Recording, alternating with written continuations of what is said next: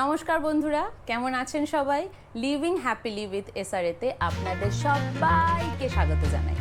আজকে প্ল্যান করছি barbecue chicken করব এয়ার ফ্রায়ারে। সবে কাজ থেকে বাড়ি ফিরলাম আর আমার ছেলে আমার সামনে ফরমাইশ নিয়ে চলে এলো যে মা একটু চিকেনের কিছু খাবো। ঠিক আছে, চিকেনের যখন কিছু খাবে তখন আমার কাছে ছোট্ট ছোট্ট পিস করা, মানে চিলি চিকেনের মতন করে পিস করা চিকেন রাখা আছে, এনেছিলাম করবো বলে। তাহলে আজকেই তাহলে বানানো যাক। তো কেমনভাবে এয়ার ফ্রায়ারে বারবিকিউ চিকেন করব, কতটা তেল লাগছে না, পুরোটা আপনাদের সাথে আজকে শেয়ার করব। সঙ্গে থাকুন। আর হ্যাঁ, লাইক, শেয়ার, সাবস্ক্রাইব করা কিন্তু ভুলবেন না। নোটিফিকেশন পাওয়ার জন্য বেল আইকনটাতে কিন্তু প্লিজ ক্লিক করুন। আর কমেন্ট সেকশানে আমাকে জানান যে আপনারা যদি বারবিকিউ চিকেন করেন এয়ার ফ্রায়ারে বা যদি অন্য কোনো, যেমন ওটিজিতে যদি করেন, কেমনভাবে আপনারা করেন, অন্য কোনো রেসিপি আছে কিনা প্লিজ সেটা শেয়ার করুন কমেন্ট সেকশানে। যা রেসিপি সবথেকে বেশি আমার ভালো লাগবে সেই রেসিপিটা অবশ্যই আমি করার চেষ্টা করব। মাংসটা বের করে নিলাম। এখানে আমি দেখতে পাচ্ছি দুটো ড্রামস্টিকও আছে। এবার যদি পারি ওটা বানিয়ে নেবো, আর না হলে দেখা যাক। পিসগুলো খুবই ছোট ছোট, পুরো বরফ হয়ে আছে, দেখুন পুরো বাটির সাইজের হয়ে আছে। তো একটু জলে কিছুক্ষণ ভিজিয়ে রাখছি, ব্যাপারটা একটুখানি গরম মানে গলে যাক বরফটা, তারপরে এক এক করে কেমনভাবে ম্যারিনেট করছি পুরোটা আপনাদের সাথে শেয়ার করব। বরফ পুরোটা চলে গেছে, বরফ পুরোটাই গলে গেছে। এবার দেখুন পিসগুলো ঠিক এরকম সাইজের পিস আমি করিয়ে এনেছিলাম। ড্রামস্টিক আছে দুটো, বাট এই দুটো ভাবছি আজকে আর করব না, আরও দু একটা এনে তারপরে একবারে অন্য একটা রেসিপি দিয়ে অন্য একটা কিছু ট্রাই করব। তো এই কটা চিকেনের পিস আছে, হিসাব মতন করে আপনারা আপনাদের মতন যত লাগবে, পরিবারে যতজন আছে সেই অনুযায়ী করবেন। আমি ভাবছি যে কিছুটা মতন 3-4 জনের মতন যতটা লাগে ততটা আমি নিয়ে নেব। এতটা মতন মাংস নিয়েছি। এবার এটা পুরোটা ভালো করে ম্যারিনেট করে দেবো। ম্যারিনেট করার জন্য কি কি লাগবে দেখুন। প্রথমে নেব দই। এইটুকু মাংসের জন্য এইটুকু দই লাগবে, এর থেকে বেশি না। তো আদিত আমাকে বলেছে হেল্প করবে, তো আদিত দইটা দিয়ে দেবে পুরোটা।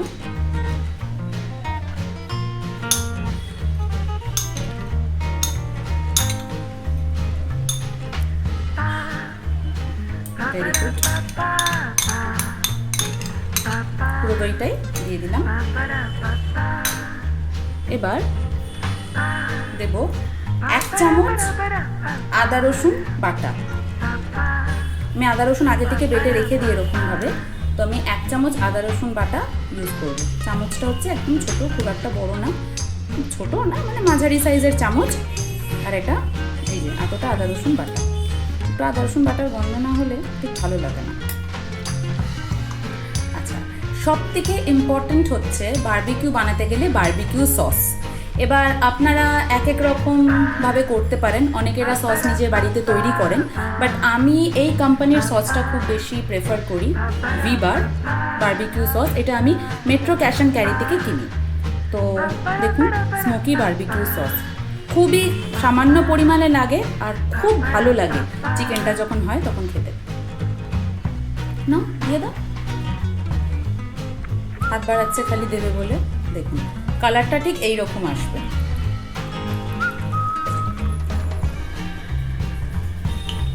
একটু কালো কালো না হলে বেশ ভালো লাগে না। কিন্তু এটা দিলাম বলে আমার আর আলাদা করে ভিনেগার বলুন বা সয়া সস বলুন কিচ্ছু লাগবে না। অনেকে ওয়েস্টার সস দেয়, আমিও দিই, বাট আজকে ভাবছি ওয়েস্টার সসটা ছাড়াই করব। এবার একটু নুন অ্যাড করব। না, এই নুনটা দিয়ে দাও, ভালো করে দাও, পেনের মতন করে ধরেছে চামচটাকে।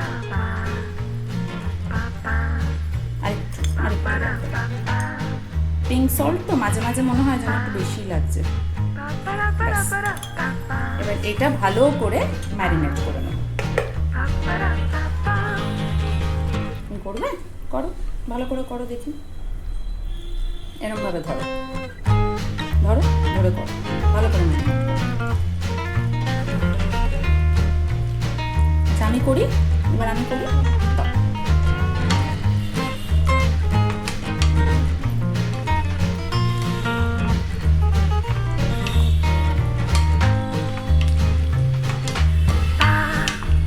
দেখুন বারবিকিউ সসটা দিয়েছি বলে সেটা কালচে কালচে ভাব কিন্তু এসেছে।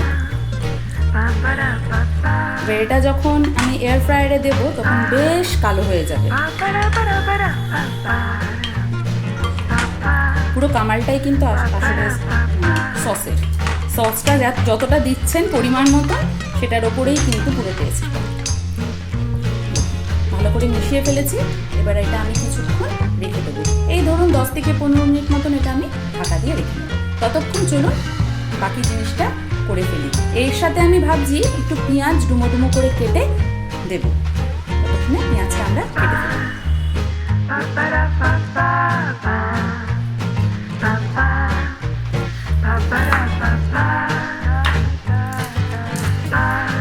দেখুন কেমন কালো হয়ে গেছে।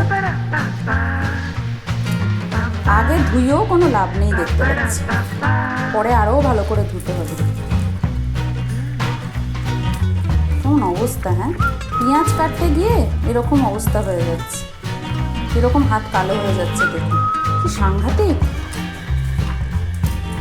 দেখুন কি অবস্থা। ভেতরটা কিন্তু ভালো আছে। ভালো করে ধুয়ে নিলাম। যাক, ধোয়ার পরে বাবা একটু পেঁয়াজটাকে পেঁয়াজের মতো লাগছে, নালে যা কালি রং মেখে বসেছিল। এবার এটাকে ডুমো ডুমো করে কেটে নেব, ঠিক এরকম সাইজই রাখবো।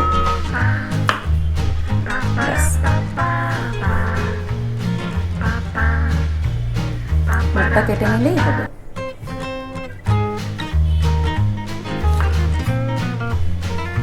ব্যাস, মুখটা কেটে নিলেই হবে।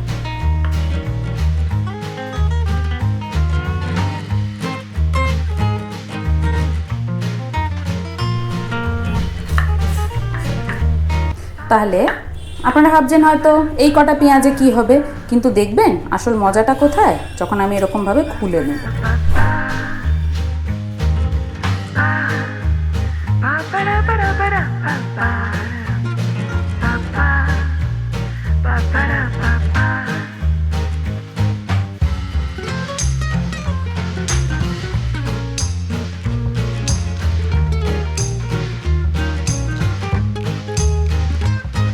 দেখুন এতগুলো পেঁয়াজের পিসেস হয়ে গেল, খুলে খুলে করলে অনেকগুলো হয়ে গেল। এবার এতগুলোকেই আমরা কিন্তু যখন শিকের মধ্যে দেব বারবিকিউর জন্য, তখন প্রত্যেকটা মাংসর সাথে একটা করে বা দুটো করে এরকম পেঁয়াজের টুকরো দিয়ে দেবো। এবার এই পেঁয়াজের কোয়াগুলোকে ম্যারিনেট করা মাংসর মধ্যে মিশিয়ে দেবো।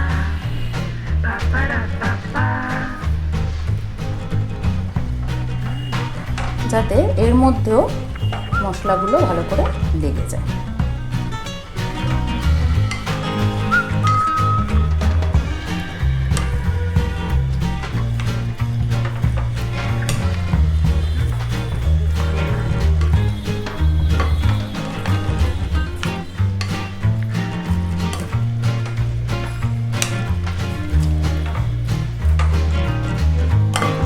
এবার এটাকে আমি কিছুক্ষণের জন্য রেখে দেবো, এই ধরুন আরও 10 মিনিট। ভালো করে ট্রেটা ধুয়ে নিয়েছিলাম যাতে এটা ভালো করে রাখতে পারি। এবার প্রথমটাতে একটু পেঁয়াজ দিলাম। পেঁয়াজগুলো যেহেতু বেশি আছে, একটু পেঁয়াজগুলো বেশি করে দিয়ে দিই, না হলে পরে পেঁয়াজগুলো দেখবো থেকে গেছে আর চিকেনগুলো সব চলে গেছে।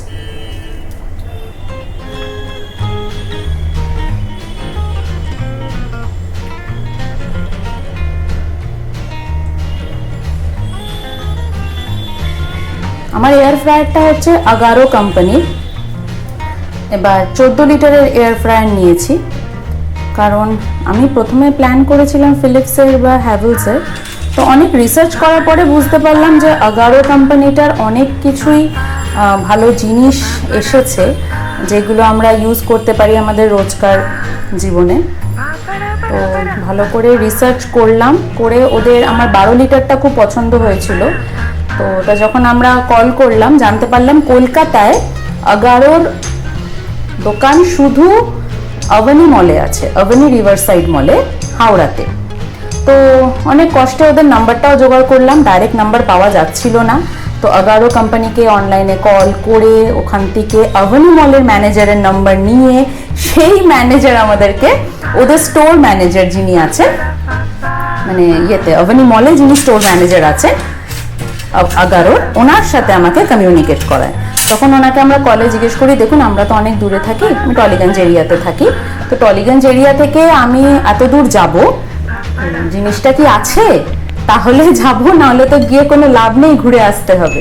তখন উনি ভালো করে দেখে আমাকে বললেন যে 12 লিটারেরটা নেই, কিন্তু 14 লিটারেরটা আছে। 12 লিটারের যেটা আছে সেটা ডেমোর জন্য, মানে একটা জাস্ট একটা শো পিস মতন রেখে দিয়েছেন। আর বললাম এ আবার কি কথা, শো পিস মানে আপনার রেখে দিয়েছেন, এদিকে বিক্রি করছেন না? বলছে না, আসলে ওটা অনেকেই বেশি কিনছে, তো আমাদের কাছে কিন্তু 14 লিটারেরটা আছে, তো এই মুহূর্তে এসে যদি আপনি কিনতে চান 14 লিটারেরটা কিনতে পারেন, বা 12টা দেখে যান, আপনি অর্ডার দিয়ে যাবেন, 1 মাস পরে পাবেন। ঠিক আছে। সেদিনকে আমাদের মঙ্গলবার ছিল, ভাবলাম যে বেরিয়েই যাই, এমনি তো মঙ্গলবার দিন আমাদের ছুটি থাকে, আমার আর সুরেন্দ্রর দুজনেরই ছুটি থাকে, আমাদের মিউজিক স্কুল, তো সেদিনকে আমাদের অফ থাকে। তো ছেলেকে স্কুল থেকে নিয়ে একবারে আমরা বেরোলাম, ঘোরাও হয়ে যাবে, জিনিসটা দেখাও হয়ে যাবে, কেমন, দরকার পড়লে অর্ডার দিয়ে দেবো। এবার গেলাম, গিয়ে আমরা দেখি যে আছে 12 লিটারেরটা, পছন্দ হলো। তারপরে যখন 14 লিটারের ডেমোটা আমাদেরকে দিল, তখন বুঝতে পারলাম যে 12 লিটারটা তো একটা ছোট ফ্যামিলির জন্য খুবই ভালো, কিন্তু 14 লিটারে যেটা আছে অ্যাটলিস্ট 25 খানা প্রিসেটস আছে। প্রিসেটস মানে কি? মানে আপনি যা বানাতে চান, আপনি যদি কেক বানাতে চান, বারবিকিউ বানাতে চান, কুকিজ বানাতে চান, বা মাছের কিছু বানাতে চান, বা ভেজিটেবলস ফ্রাই করতে চান, যা বানাতে চান সেটা অলরেডি সেটিংসে করা থাকে। আপনাকে শুধু সেটিংসে গিয়ে যে জিনিসটা বানাবেন তার নামটা সেট করলেই মেশিনে নিজে থেকে কতটা টাইম লাগবে আর কতটা সেন্টিগ্রেডে ওটা দরকার সেটা মেশিন নিজে থেকেই সেট করে নেবে। তো এটাই হচ্ছে প্রিসেটস। তো দেখলাম 25 খানা প্রিসেট আছে, বাহ, জিনিসটা তো খুবই ভালো। আর 12 থেকে 14 খুব একটা ডিফারেন্স বুঝলাম না, কিন্তু যখন নিতেই হবে তাহলে এটাই আজকে নিয়ে যাই, কারণ আমার মাঝে মাঝে বাড়িতে কিছু না কিছু দরকার পড়ে। আর 14 লিটারে আপনি একটা ছোট্ট চিকেন, যেটা বেবি চিকেন যদি আপনি নিয়ে আসেন, ওটা ডাইরেক্ট আপনি একদম রোস্ট করতে দিতে পারবেন পুরো চিকেনটাকে। আমি বা এটাই তো ভালো, তাহলে এটাই আমি ইউজ করি, নিয়ে যাই। তো সঙ্গে সঙ্গে সেটা কিনে নিলাম, কিনে নিয়ে এবার মাঝে মাঝে আমরা কিছু না কিছু বানাই, বেশ ভালোই চলছে। দেখুন, গল্প করতে করতে আমার প্রত্যেকটা শিক কিন্তু রেডি হয়ে গেল। টোটাল আমার হলো হচ্ছে 6টা শিক। পেঁয়াজ নিয়ে কিছুটা মশলা বেঁচে গেছে, যখন আমি শিকগুলো বসাবো তখন মশলাগুলোর মধ্যে আমি ইউজ করে নেব। এইবারটা হচ্ছে আসল যুদ্ধ, এই জিনিসগুলোকে সেট করতে হবে এই শিকটা দিয়ে, তারপরে এই জায়গাগুলোতে, এই খাঁজগুলোতে এই শিকগুলোকে ঢুকিয়ে দিতে হবে। যে যখন প্রথমবার নিয়ে আসি, নিয়ে এসে তো এবার এক এক করে সব কথাই ট্রাই করছি যে কেমনভাবে হবে, প্রিসেটগুলো ট্রাই করছি, বেশ মজা হচ্ছে। কিন্তু যখনই এই ব্যাপারটা হলো, আমার তো বুঝতেই সময় চলে গেছে। যতই ম্যানুয়াল দেখি, আমি দেখি আর কিছুতে আমি শিকটাকে অ্যাডজাস্টই করতে পারছি না। আজকে জানি না কি হবে, চেষ্টা করছি একবারে যদি করতে পারি, কিন্তু একটু গায়ের জোর লাগবে। এটাকে এরমভাবে লাগিয়ে এখানে ক্লিপটাকে লাগাতে হবে। এখানে একটা ক্লিপ দেওয়া আছে, ক্লিপটাকে লাগাবো যাতে এটা নড়াচড়া না করে। ভেতরে তো জিনিসটা ঘুরবে, ক্লিপটাকে ওরকমভাবে, এটা এরকম সেট হয়ে গেছে। দেখুন, প্রথম শিকটা ঢুকিয়েছি, এরকম ক্লিপের মতন করে এই ফাঁকটাতে ঢোকাতে হবে। তারপরে এখানে যেই এই যে হোলটা আছে, এই হোলটা দিয়ে শিকের এন্ডটা এদিকে থাকবে। এবার নেক্সটটা করে দেখাচ্ছি আপনাদেরকে। একটু গায়ের জোরের ব্যাপার আছে, কারণ জিনিসটা নতুন তো, শিকগুলো বেশ শক্ত, করতে করতে হয়তো নরম হয়ে যাবে।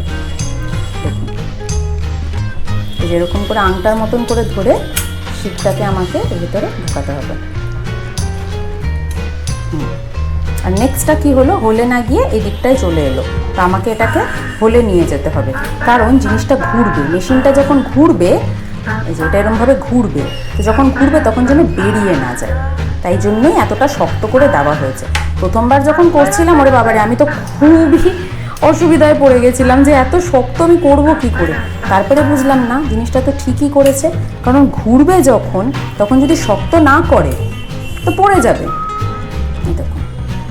এরকমভাবে আস্তে আস্তে পুরোটা সাজিয়ে নিতে হবে।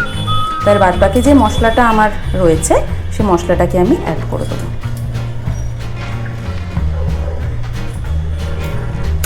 এই দেখো কি সুন্দর সেজে যাচ্ছে এক এক করে। আর এখানটাতে আরেকটা শিক দিয়ে দেওয়া যাবে। আমি চেষ্টা করবো 6টা শিকই যেন আমি এখানে অ্যাডজাস্ট করে দিতে পারি, তাহলে রান্নাটা একবারেই হয়ে যাবে।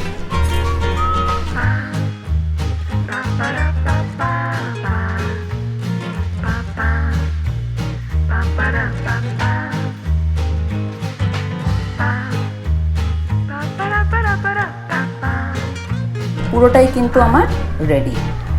এবার এটাকে আস্তে করে মেশিনে দিয়ে দেবো। এই যে আগারোর এয়ার ফ্রায়ারটা 14 লিটারের, ঠিক এইরকম দেখতে।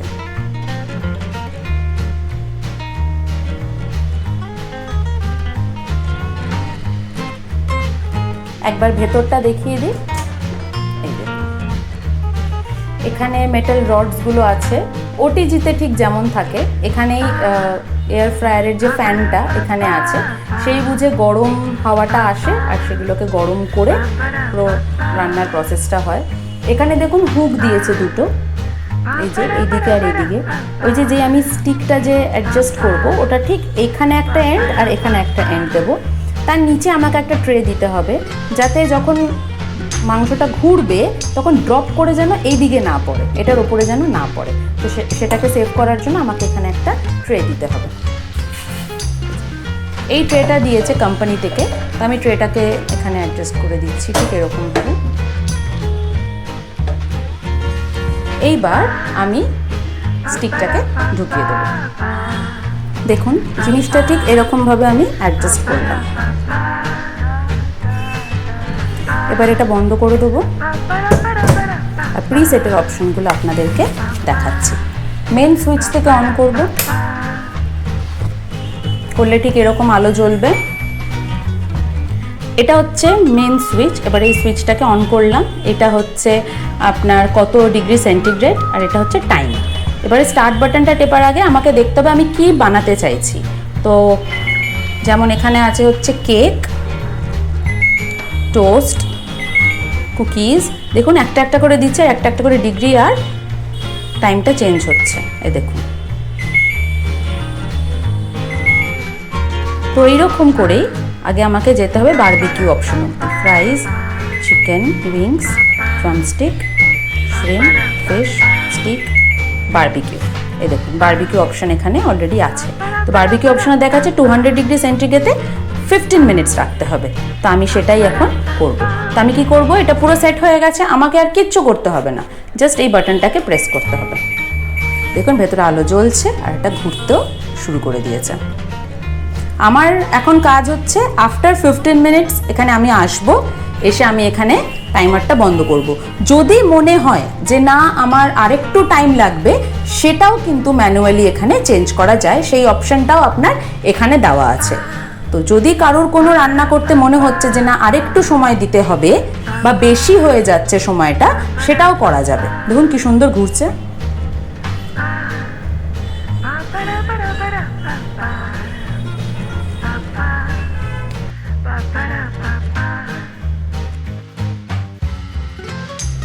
এখানে দেখুন এটা ব্লিঙ্ক করছে, মানে ওপরে আর নিচে দুদিক থেকেই হিটিং হচ্ছে। এটা কনস্ট্যান্ট আছে, এটা মানে হচ্ছে শুধু ওপর থেকে হিটিং, এটা হচ্ছে না।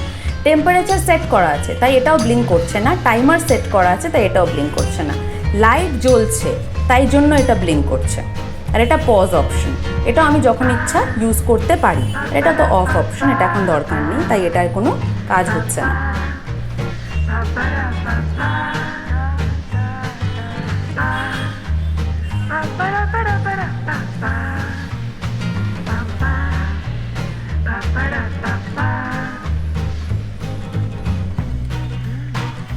চিকেন হয়ে গেছে। 15 মিনিট টাইম দিয়েছিল টাইমারে, 15 মিনিট ওভার। তারপরে শুধু এই সুইচটা জ্বলছে, এটা হচ্ছে সুইচ অন অ্যান্ড অফের সুইচটা। তো তার মানে এটা জ্বলছে, মানে এটা হয়ে গেছে। যখনই টাইম হয়ে যায় তখন এটা নিজে থেকেই মেশিনটা বন্ধ হয়ে যায়। এবার পুরো ঘর একদম বারবিকিউয়ের গন্ধে না মোমো করছে। এই দেখুন, খুলে দেখি কেমন অবস্থা। ওয়াও, দারুণ। প্লেটিং করে দেখাচ্ছি কেমন লাগছে। দেখুন কতটা জুসি হয়েছে আর ইজিলি বেরিয়েও আসছে। এই যে পুরোটা দেখুন কোন ইজিলি বেরিয়ে আসছে।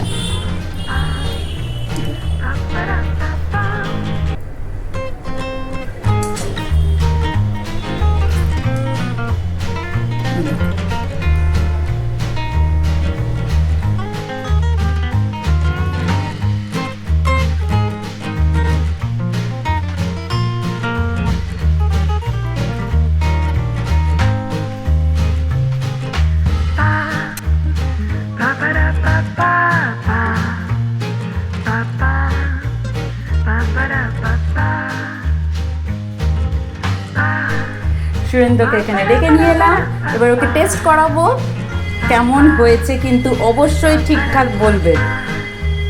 দাঁড়াও, সবার আগে একটু লেবুটা দিয়ে দেবো।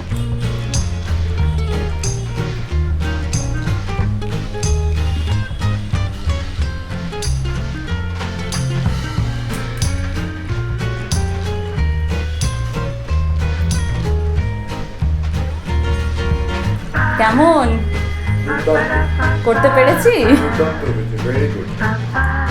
যদি আমার ব্লগ আপনাদের ভালো লাগে প্লিজ আমার চ্যানেলটা তাহলে সাবস্ক্রাইব করুন, লাইক করুন আর বেল আইকনটা কিন্তু অবশ্যই প্রেস করবেন, তাহলে আমার নেক্সট ভিডিওর নোটিফিকেশন আপনাদের ফোনে দেখাবে।